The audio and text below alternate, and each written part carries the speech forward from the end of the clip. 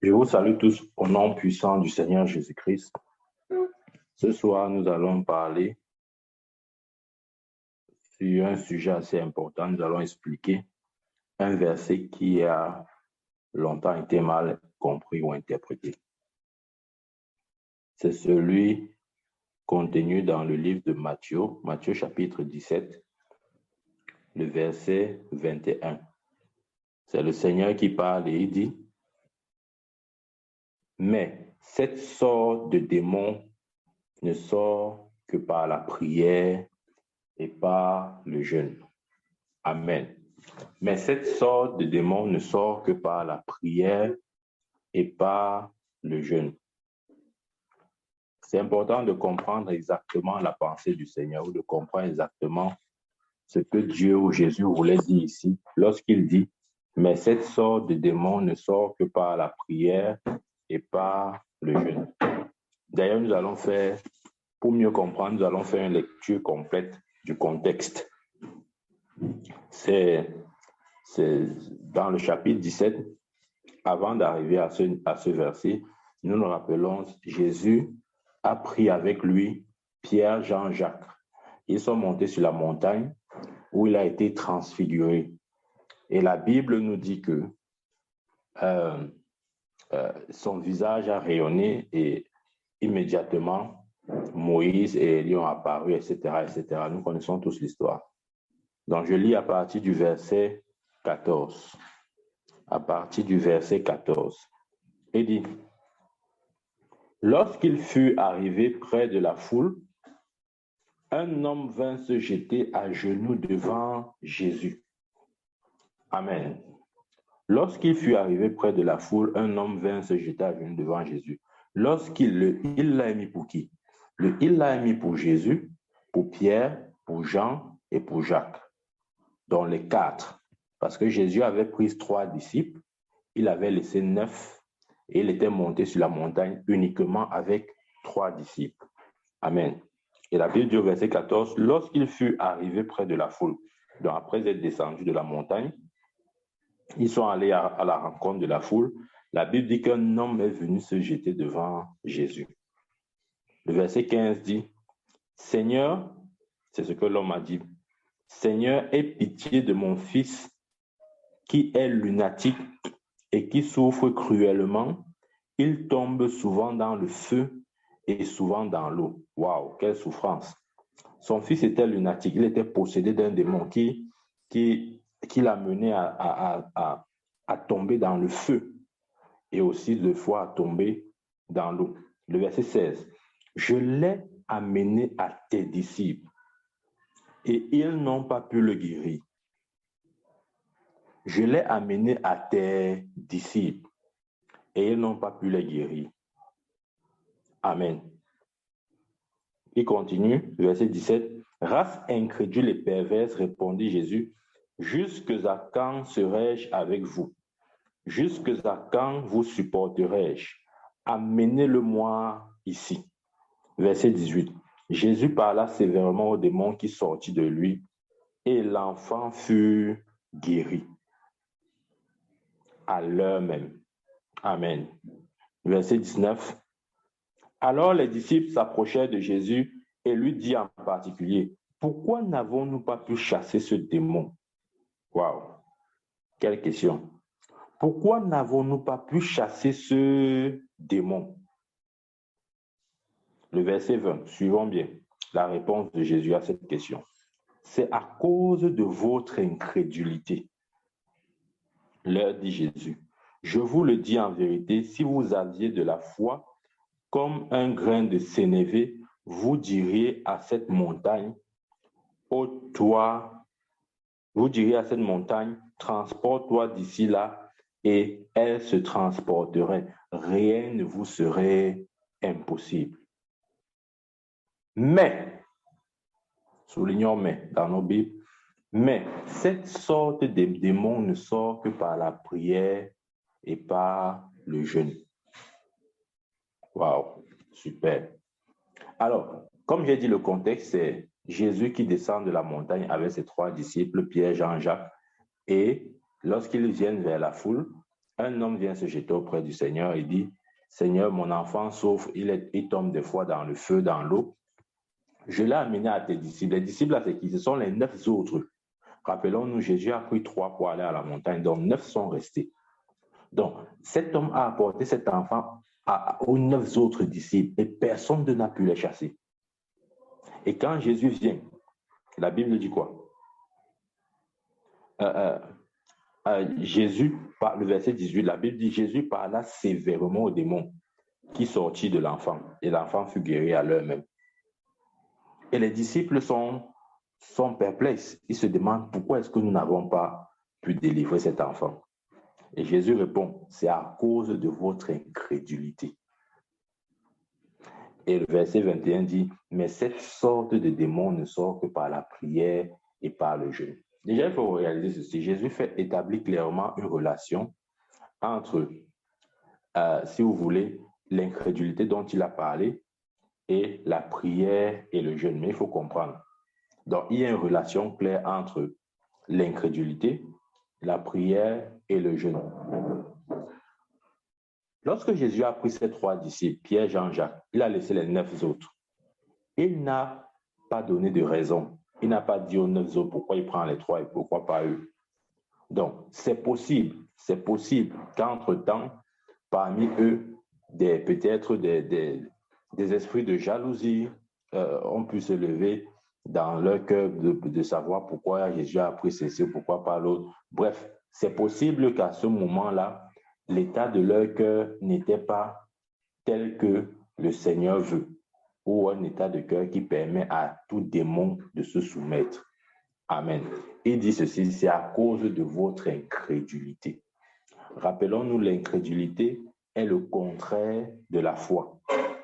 Et l'incrédulité, comme la foi, prennent naissance dans le cœur de l'homme. Donc, il voulait dire à ses disciples, c'est à cause de l'état de votre cœur. Les disciples ont dit, pourquoi nous n'avons pas pu chasser ce démon? Jésus dit simplement, c'est à cause de l'état de votre cœur. Et il y a certains démons qui ne partiront pas ou que l'on ne chassera pas parce qu'ils sont puissants, pas parce qu'ils sont forts, mais à cause de l'état de notre cœur.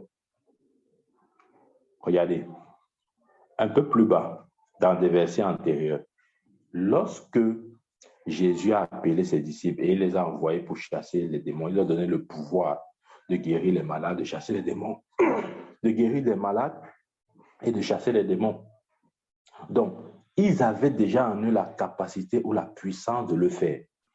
Mais ils sont arrivés sur un cas où la puissance n'a pas opéré. Et ils sont surpris. Ils disent, mais pourquoi on n'a pas pu chasser celui-ci alors que nous avions eu des succès avant? Pourquoi celui-ci, on n'a pas pu le chasser? Jésus n'a pas dit c'est à cause de votre manque de puissance, non. Mais c'est à cause de votre incrédulité. Donc, les apôtres à ce moment, ou les disciples à ce moment, certainement, leur état de cœur était tel que la puissance de Dieu ne pouvait pas sortir au travers d'eux. Et verset 21, Jésus dit, mais cette sorte de démon ne sort que par la prière et par le jeûne. En réalité, si vous voulez, dans un premier temps, Jésus a décrit la cause. C'est-à-dire, pourquoi est-ce qu'ils n'ont pas pu chasser? À cause de leur incrédulité, à cause de l'état de leur cœur. Certainement, ils avaient en eux des choses qui ne poussaient pas ce démon à se soumettre à eux. Si nous lisons par exemple Galates chapitre 5, la Bible parle là-bas des œuvres de la chair. Donc, si nous avons les œuvres ou si nous marchons dans la chair, si nous marchons, pratiquons, demeurons dans le péché par exemple, il nous sera impossible de libérer la foi. Parce que la foi marche par l'amour. Amen. Donc, si nous avons par exemple les œuvres de la chair en nous de manière permanente, nous les nourrissons, nous vivons de ça. Croyez-moi, il y a certains types de démons que nous ne pourrons pas chasser. Rappelez-vous, dans Jean 14, verset 30, Jésus a dit, le prince de ce monde vient, mais il n'a rien de lui à moi. Jésus n'avait rien de Satan en lui dans sa vie. Amen. C'est pourquoi sa foi pouvait se libérer à tout moment. Donc, lorsque Jésus dit à ses disciples, c'est à cause de votre incrédulité, dans un premier temps, il fait état de la cause. C'est-à-dire, vous ne pouvez pas chasser ce démon à cause de votre incrédulité. Et ensuite, il donne, si vous voulez, la voie de sortie ou la solution, ou comment chasser ce type de démon. Il dit donc, mais ce type de démon ne sort que par la prière et par le jeûne. Il faut comprendre le langage de Jésus. Jésus parlait toujours, souvent et très souvent même d'ailleurs, de manière prophétique. Ça veut dire quoi? Ça veut dire que lorsque Jésus parle, il faut comprendre ce qu'il dit dans l'esprit. Il ne faut pas prendre ça au niveau élémentaire ou basique. Amen. Il faut comprendre ce que Jésus entendait par prière et jeûne, qui est censé faire chasser cette catégorie de démons. Amen. Donc, il y a donc, quand nous lisons ces versets, Jésus établit clairement une sorte de lien entre la foi et notre vie spirituelle. En réalité, quand il parle de prière et jeûne, il parle là de notre vie spirituelle, la qualité de notre vie spirituelle. Il ne parle pas forcément du jeûne physique qui consiste à s'abstenir de manger. D'ailleurs, je veux mieux dire, il ne parle pas de ce jeûne-là. Jésus n'était pas en train de dire que pour chasser ce démon, vous devez jeûner physiquement. Ce n'est pas vrai. Pour la simple raison que lui, Jésus, n'a pas chassé ce démon. Il n'a pas jeûné pour chasser ce démon. Amen. Jésus a chassé ce démon sans jeûner. Il n'est pas allé dire au démon qu'attends, je vais d'abord faire 3 jours de jeûne. Après, je vais venir te chasser. Non. Nous n'avons pas besoin de jeûner pour chasser un démon. Tous les démons nous sont soumis.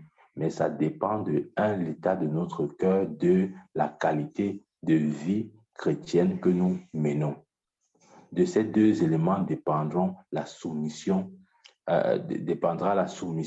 des démons. Amen. C'est très, très, très important de comprendre ça. Jésus lui-même a chassé ce démon sans prier. Jésus n'a ni prié, il n'a ni jeûné, mais il a chassé ce démon. Les chrétiens pensent que le jeûne chasse les démons. Ça, c'est faux. Hein? Jeûner 40 jours, aucun démon ne va se plier devant vous parce que vous avez jeûné 40 jours. Ça, c'est faux. Sortons de ce mensonge, ça n'existe pas. Les démons ne se plient pas devant nous parce que nous avons jeûné 40 jours. Amen. Donc, lorsque Jésus parle de la prière et du jeûne, il parle de la vie spirituelle. Parce que, rappelez-vous le contexte, Jésus s'adressait à ses disciples et qui étaient tous sous la loi. Et le langage de la loi, c'était comme ça. La prière et le jeûne renvoyaient toujours et systématiquement à la vie spirituelle de l'homme. Ok? Donc, quand Jésus dit ce type de démon ne sort que par le jeûne et la prière, il n'est pas en train de dire à ses disciples que aller prier et aller jeûner 40 jours pour que le démon s'y sorte. Non.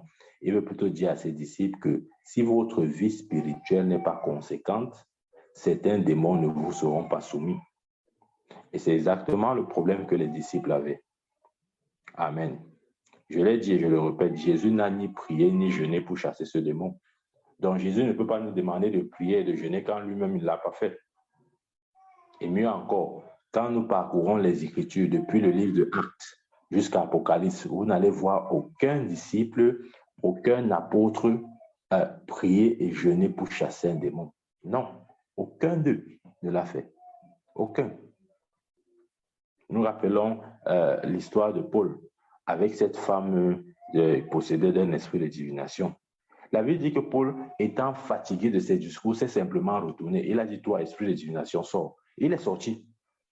Où était la prière et le jeûne là? Il n'y a pas de prière et de jeûne quand il s'agit des démons. Les démons nous sont soumis.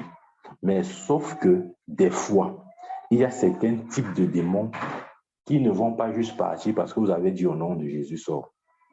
Il y a certains types de démons qui vont partir à cause de la qualité de votre vie spirituelle. Amen. Parce que Jésus a dit, un royaume ne se combat pas. Donc, si vous avez en vous les éléments ou les choses qui appartiennent à Satan, vous ne pouvez pas maintenant venir combattre Satan. Je veux dire autrement, Si de manière consciente et permanente, vous marchez dans les œuvres de la chair, comment vous croyez que vous allez commander à tous les démons? Non, vous n'allez pas pouvoir commander à tous les démons. Certains démons vous résisteront. Pas parce qu'ils sont puissants, mais parce que quand ils regardent dans votre vie, ils voient en vous des choses qu'ils ont en eux. Et à cause de ça, ils n'écouteront pas. Ils ne seront pas soumis à votre autorité. Amen. C'est très, très, très important de le savoir. Jésus n'a ni prié, ni jeûné pour chasser les démons.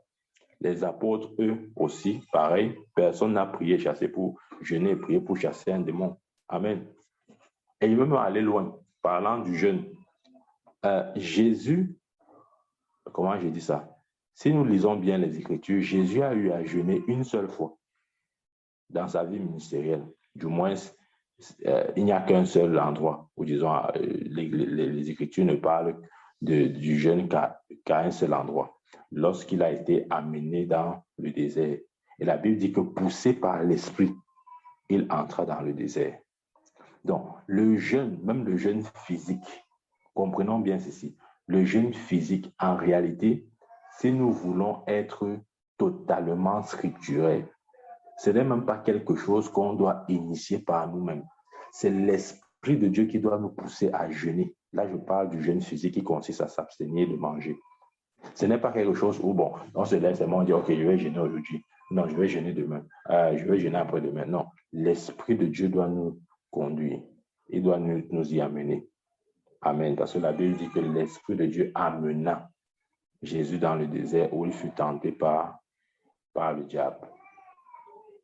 Donc, si l'Esprit ne conduisait pas Jésus, Jésus n'allait jamais entrer dans ce jeûne. Amen. Et il y a des chrétiens qui ne comprennent pas ces choses. Ils veulent juste faire par leur propre force, par leur puissance, par leur volonté, etc. Non, nous marchons par la foi, nous marchons par l'Esprit de Dieu. Donc, même quand on parle du jeûne physique, ça doit être une instruction divine. Quand il dit une instruction divine, ça veut dire que c'est le Saint-Esprit qui doit vous pousser à jeûner. Amen. Mais encore que quand Jésus dit, mais ce type de démon ne sort que par le jeûne et la prière, le jeûne là, il ne fait pas allusion au jeûne physique. Non, non, non, non, non, non. Ceci doit être corrigé. Il n'est pas en train de dire abstenez-vous de manger si vous voulez chasser ce démon. Ce n'est du tout pas ce qu'il veut dire. Rappelons-nous, j'ai dit, Jésus a un langage prophétique. Lorsqu'il parle de la prière et du jeûne, il parle de la vie spirituelle de l'homme. Amen.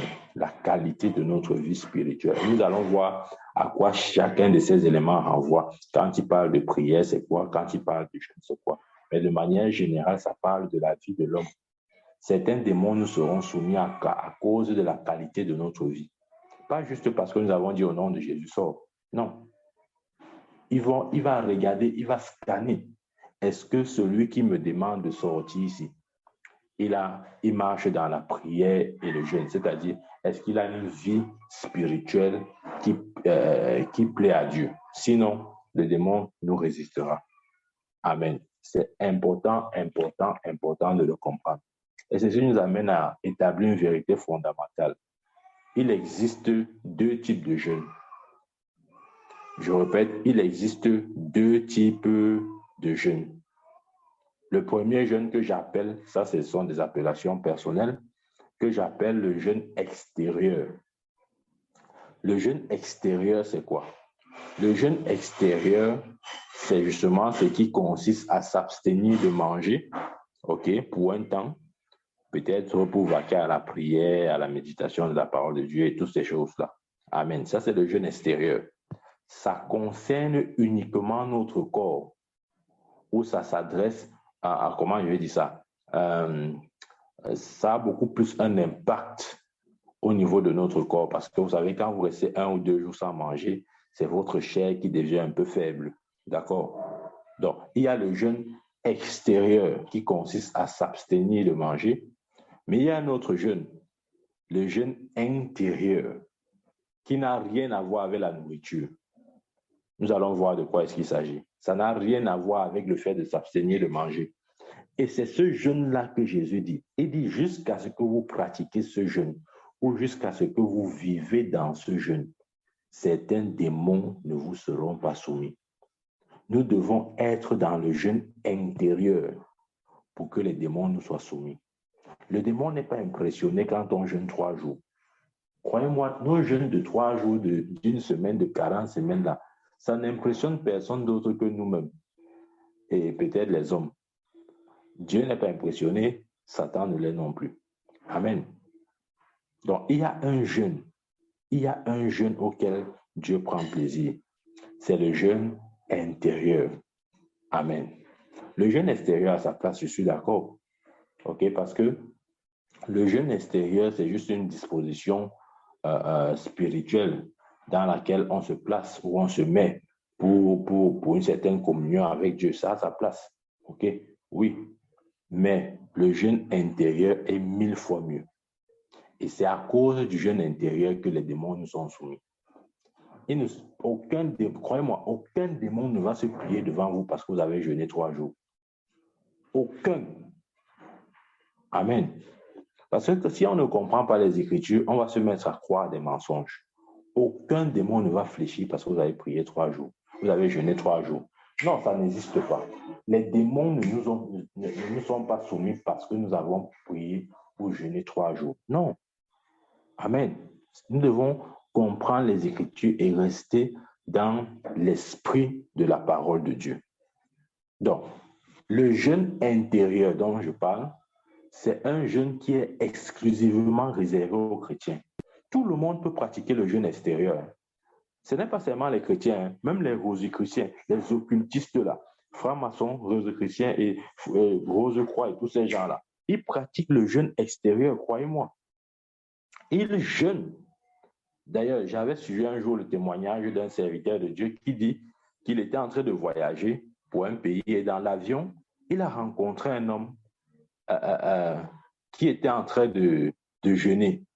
En fait, comme il a su que l'homme jeûnait, il dit qu'il était en train de manger quelque chose et puis bon, par politesse, il a voulu lui proposer ce qu'il mangeait. Et l'homme a dit non, je ne peux pas manger, je ne peux pas partager avec vous ce que vous me donnez. Et par curiosité, l'homme pose la question en disant, mais pourquoi est-ce que vous ne pouvez pas manger ce que je vous donne? Il a répondu, il a dit, je suis en train de jeûner. Et l'homme de Dieu, toujours curieux, pousse la réflexion plus loin et il dit que, mais vous jeûnez, d'accord, mais je peux savoir pourquoi est-ce que vous jeûnez? Et l'homme dit quoi? Il dit ceci, suivons bien ce que cet occultiste dit. Il dit, je jeûne pour la destruction des familles chrétiennes. Amen. Donc, tout le monde peut pratiquer le jeûne externe. Les bouddhistes pratiquent le jeûne externe. Les musulmans même pratiquent le jeûne externe. Nous rappelons, quand la fête du mouton arrive, ils jeûnent les 40 jours. Amen. Le chrétien pratique le jeûne externe. Donc, le jeûne externe, c'est un fourre-tout où tout le monde peut se retrouver. Donc, tout le monde peut bénéficier des avantages du jeûne externe. Mais il y a un jeûne qui est au-dessus du jeûne externe. Il y a un jeûne que j'appelle le jeûne interne. Ce jeûne est réservé exclusivement au peuple de Dieu. D'ailleurs, personne ne peut entrer dans ce jeûne s'il n'est pas enfant de Dieu. Personne ne peut vivre dans ce jeûne s'il n'est pas enfant de Dieu. Et c'est de ce jeûne que nous parlons ce soir. C'est le jeûne intérieur ou le jeûne interne. C'est ce jeûne que Jésus nous recommande. Et c'est ce jeûne qui nous fera, par lequel tous les démons nous seront soumis. Donc, quand Jésus dit, mais ce type de démon ne sort que par le jeûne et la prière, ne vous dites surtout pas qu'il est en train de parler du jeûne qui consiste à s'abstenir de nourriture. Non, non, 1000 fois non. Amen. Il a dit, les apôtres ont dit, pourquoi nous n'avons pas pu chasser ce démon? Jésus a dit, c'est à cause de votre incrédulité. Et continue en disant, mais ce type de démon ne sort que par le jeûne et par la prière. Amen. Donc, ça veut dire qu'il y a une foi qui est libérée et qui est la conséquence de votre vie que Jésus a appelée la prière et le jeûne. Amen. Alors, c'est quoi le jeûne intérieur? Nous parlons de ça. Allons dans Ésaïe. Ésaïe chapitre 58.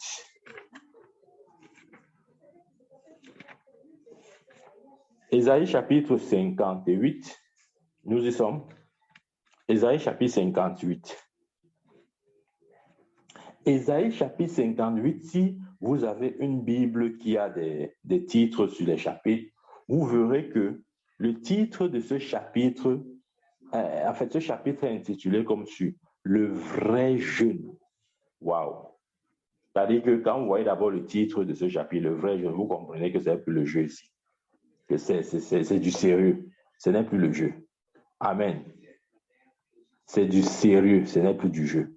Parce que la Bible, comment elle dit ça? Le chapitre 58 est dédié au vrai jeûne. Et c'est de ce jeûne que Jésus parlait. Ce n'est pas le jeûne qui consiste à s'abstenir de nourriture. Je vous dis, aucun démon ne vous sera soumis parce que vous avez jeûné 3 jours. Aucun. Sortez de ce mensonge. Et aucun démon ne sortira ou ne quittera la vie d'un homme parce que vous avez jeûné 3 jours. Mais si vous vivez dans le vrai jeûne, ils n'auront pas de choix que de vous obéir. Parce que le jeûne est une puissance, le jeûne est une force. Amen. Très important. Très, très, très important. Ce jeûne doit être notre style de vie. Ouais, le problème avec le jeûne esthète, c'est quoi? C'est que on ne peut pas jeûner, on ne peut pas pratiquer ce jeûne tous les jours de notre vie. À un moment donné, on sera obligé d'arrêter. Mais par contre, on peut vivre et demeurer dans le jeûne intérieur tous les jours de notre vie, de lundi à dimanche, de janvier à décembre. Ça, c'est possible. Amen. Donc, revenons sur les deux éléments que Jésus a parlé. Il a dit, ce type de démon ne sort que par le jeûne et la prière. Deux éléments ont été énumérés ici, le jeûne et la prière. Le jeûne renvoie à quoi? Pour le savoir, nous allons lire Ésaïe 58. Je lis ici à partir du verset 1. Il dit, crie à plein gosier, ne te retiens pas, élève ta voix comme une trompette et annonce à mon peuple ses iniquités, à la maison de Jacob ses péchés. Tous les jours, ils me cherchent, ils veulent connaître mes voies, comme une nation qui aurait pratiqué la justice et n'aurait pas abandonné la loi de son Dieu. Il me demande des arrêts de justice. Il désire l'approche de Dieu. Le verset 3, suivons bien ce que le verset 3 dit, il dit, que nous sert de jeûner si tu ne le vois pas, de mortifier notre âme si tu n'y as point égard. Voici le jour de votre jeûne. Vous vous livrez à vos penchants et vous traitez durement tous vos mercenaires. Ouais. Ça, c'est une interpellation à la sanctification. Je continue. On va détailler chaque verset après. Verset 4. Voici, vous jeûnez pour disputer et vous quereller, pour frapper méchamment du poing. Vous ne jeûnez pas comme le veut ce jour, pour que votre voix soit entendue d'en haut. Donc, il y a une manière de jeûner pour que notre voix soit entendue d'en haut. Verset 5. Est-ce là le jeûne auquel je prends plaisir? Un jour où l'homme humilie son âme, courber la tête comme un jonc et se coucher sur le sac et la cendre? Est-ce là ce que tu appelleras un jeûne, un jour agréable à l'Éternel? Amen. Donc, Dieu est en train de leur dire clairement que le jeûne que vous faites là, qui consiste à s'abstenir de manger, si vous le pratiquez et qu'en même temps, vous êtes dans la méchanceté, vous vous opprimez le pauvre, vous êtes dans les disputes, dans les querelles, tout ce jeûne ne sert à rien. Tout ce jeûne ne sert à rien. Votre voix ne sera pas entendue du ciel. Amen.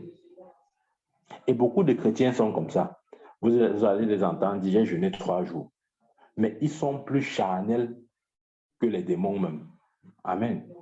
C'est-à-dire, ils sont plus charnels que les païens, je veux dire. Ils sont plus charnels que les païens. Mais ils vont vous dire comment ils sortent de 3 jours de jeûne. D'autres vous diront, je sors de 40 jours de jeûne. Mais un état de cœur charnel à l'extrême. Et Dieu dit quoi? Que aussi longtemps que vous jeûnez, avec dans votre cœur les œuvres de la chair, votre jeûne ne sert à rien. Si ça ne sert à rien pour Dieu, ça ne servira non, ça ne servira aussi à rien pour les démons. Amen. Ce n'est pas ce genre de jeûne-là qu'il faut. Oui, ça a sa place, mais il faut comprendre. Si nous jeûnons physiquement et que l'état de notre cœur ne va pas dans le sens du jeûne que l'on est en train de faire, il n'y aura pas de résultat. Absolument pas. Amen. Le verset 6, suivons bien. Le verset 6. Le verset 6, déjà, nous voyons que jusqu'au verset 5, c'est une interpellation à la sanctification. C'est une interpellation à une vie de séparation, à une vie tout entière, une vie dédiée pour Dieu ou à Dieu. Amen. À une vie qui plaît à Dieu. Nous ne pouvons pas vivre comme nous voulons et attendre que les démons nous soient soumis. Non, certains types de démons ne nous seront soumis que s'ils voient notre propre soumission vis-à-vis de Dieu. Le verset 6 dit ceci, voici, suivons bien, voici le jeûne auquel je prends plaisir. Donc, il y a un jeûne auquel l'Éternel prend plaisir. Et c'est de ce jeûne qu'il veut nous parler ici. Il y a un jeûne auquel l'Éternel prend plaisir. Et dit, voici le jeûne auquel je prends plaisir. Détache les chaînes de la méchanceté. Dénoue les liens de la servitude. Renvoie libre les opprimés. Waouh! Nous suivons ça? Je recommence. Suivons très, très, très attentivement cette partie. Et dit, voici le jeûne auquel je prends plaisir. Détache les chaînes de la méchanceté. 1, 2, dénoue les liens de la servitude. 3, renvoie libre les opprimés. 4, et que l'on rompe toute espèce de joug. Amen. Verset 7, partage ton pain avec celui qui a faim et fais entrer dans ta maison les malheureux sans asile. Si tu vois un homme nu, couvre-le et ne te détourne pas de ton semblable. Alors, suivons bien la conséquence, alors ta lumière poindra comme l'aurore et ta guérison germera promptement. Ta justice marchera devant toi et la gloire de l'Éternel t'accompagnera. Donc, il dit ceci, si nous détachons les chaînes de la méchanceté, si nous délions les liens de la servitude, si nous renvoyons libres les opprimés, si nous rompons toute espèce de joug, si nous partageons notre pain avec celui qui a faim, écoutez, il dit partage ton pain avec celui qui a faim. Donc, il ne s'agit pas du jeûne externe ici, puisqu'il s'agit de partager le pain avec celui qui a faim, de manger. Amen. Ici, il dit mange avec celui qui n'a pas à manger. Contrairement à la logique du jeûne extérieur qui voudrait qu'on ne mange pas, non. Mais ici, il dit non, mange avec celui qui a faim. OK? Il dit, si nous faisons entrer le malheureux, celui-là qui est sans abri, si nous avons la compassion, l'amour, si nous couvrons celui qui est nu, amen. Si nous ne détournons pas de notre semblable, la Bible dit, alors, j'aime la conclusion, verset 8, alors ta lumière poindra comme l'aurore et ta guérison germera promptement, ta justice marchera devant toi et la gloire de l'Éternel t'accompagnera. On aime seulement citer les versets. La lumière poindra comme l'aurore. Ta guérison germera promptement. Ta justice marchera comme toi. La gloire de l'Éternel t'accompagnera. C'est une conséquence. Mais en même temps, on veut ces versets dans notre vie. Mais nous ne sommes pas prêts à partager le pain avec celui qui a faim. Nous ne sommes pas prêts à laisser entrer dans notre maison le malheureux sans asile. Nous ne sommes pas prêts à couvrir l'homme nu. Nous ne sommes pas prêts à nous approcher de notre semblable. Nous ne sommes pas prêts à détacher les chaînes de la méchanceté. Des fois, il y a des gens que nous avons attachés dans notre cœur et nous ne voulons pas les détacher. Que nous ayons tort ou raison, nous n'avons pas le droit d'attacher quiconque dans notre cœur. Parce que celui que tu attaches dans ton cœur, là, comment je vais dire ça? Ça sera un propre problème pour ta propre vie. Il est mieux de le libérer, de le laisser aller. Amen. Nous voulons seulement que notre lumière se pointe comme l'aurore. Nous voulons que la guérison germe. Nous voulons que notre justice marche devant nous. Nous voulons que la gloire de l'Éternel nous accompagne. Mais c'est conditionné. Ces choses sont conditionnées. Vous voyez? Donc, c'est ça le vrai jeûne. En d'autres termes, le vrai jeûne, c'est marcher dans la sanctification. Je répète, le vrai jeûne consiste à marcher dans l'amour et dans la sanctification. C'est ça le jeûne selon Dieu. Ce n'est pas seulement s'abstenir de manger, non, mais c'est marcher dans la sanctification, marcher dans l'amour du prochain. Amen. Celui qui marche dans la sanctification et celui qui marche dans l'amour et dans le jeûne, il vit le jeûne selon Dieu. Ce jeûne est plus important que passer 3 jours sans manger. Amen. Je vous ai dit, si c'est passer des jours sans manger, tout le monde peut jeûner. Donc, tu n'impressionnes pas, par exemple, un chrétien ne peut pas impressionner un musulman s'il dit qu'il a jeûné 3 jours. Les musulmans jeûnent 40 jours. Donc, ça ne les impressionne pas. Tu ne peux pas impressionner un bouddhiste. Le bouddhiste jeûne. Amen. Tu ne peux pas impressionner qui encore? Toutes ces religions-là. Tu ne peux pas impressionner un occultiste en disant que j'ai jeûné pendant 3 jours. Peut-être lui jeûne même pendant 40 jours, qui sait. Donc, ça n'impressionne personne. Mais le jeûne qui impressionne le Seigneur, c'est le jeûne intérieur, le jeûne d'Ésaïe 58. C'est ça le jeûne dont l'Éternel parlait, ou que Jésus parlait. Et la prière, c'est quoi? La prière parle d'une consécration. Suivons bien. Jésus, j'ai dit ici au début, Jésus parle beaucoup de manière prophétique. Jésus utilise beaucoup plus un langage prophétique pour s'adresser à son peuple. La prière parle de la consécration. Jusqu'où est-ce que nous sommes consacrés à Dieu? C'est-à-dire, nous sommes totalement dévoués. Nous nous abandonnons, nous vivons pour lui. Nous avons perdu tout gain, tout sentiment de gain personnel, où nous vivons l'écriture, où l'apôtre Paul dit, Christ est un gain pour moi. Amen. Et l'apôtre Paul a dit dans Philippiens, je vois toutes choses comme étant de la boue afin de gagner Christ. C'est ça la consécration. La consécration, c'est un niveau où vous voyez tout comme étant de la boue. La seule chose qui vous intéresse, la seule chose dont vous voulez, c'est de gagner Christ. Si nous n'avons pas une vie à cette image-là, croyez-moi, certains démons ne nous seront pas soumis. Jusqu'à ce que nous voyons tout comme de la boue et que Christ soit notre tout. Christ soit notre plus grand bien. Christ ait plus de valeur dans notre vie que tout l'or et l'argent de ce monde.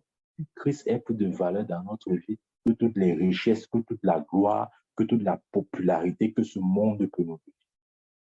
Si nous ne vivons pas notre vie de cette manière, alors nous ne sommes pas dans la consécration totale que Dieu. La consécration signifie quoi? La consécration signifie de donner toute son attention au Seigneur.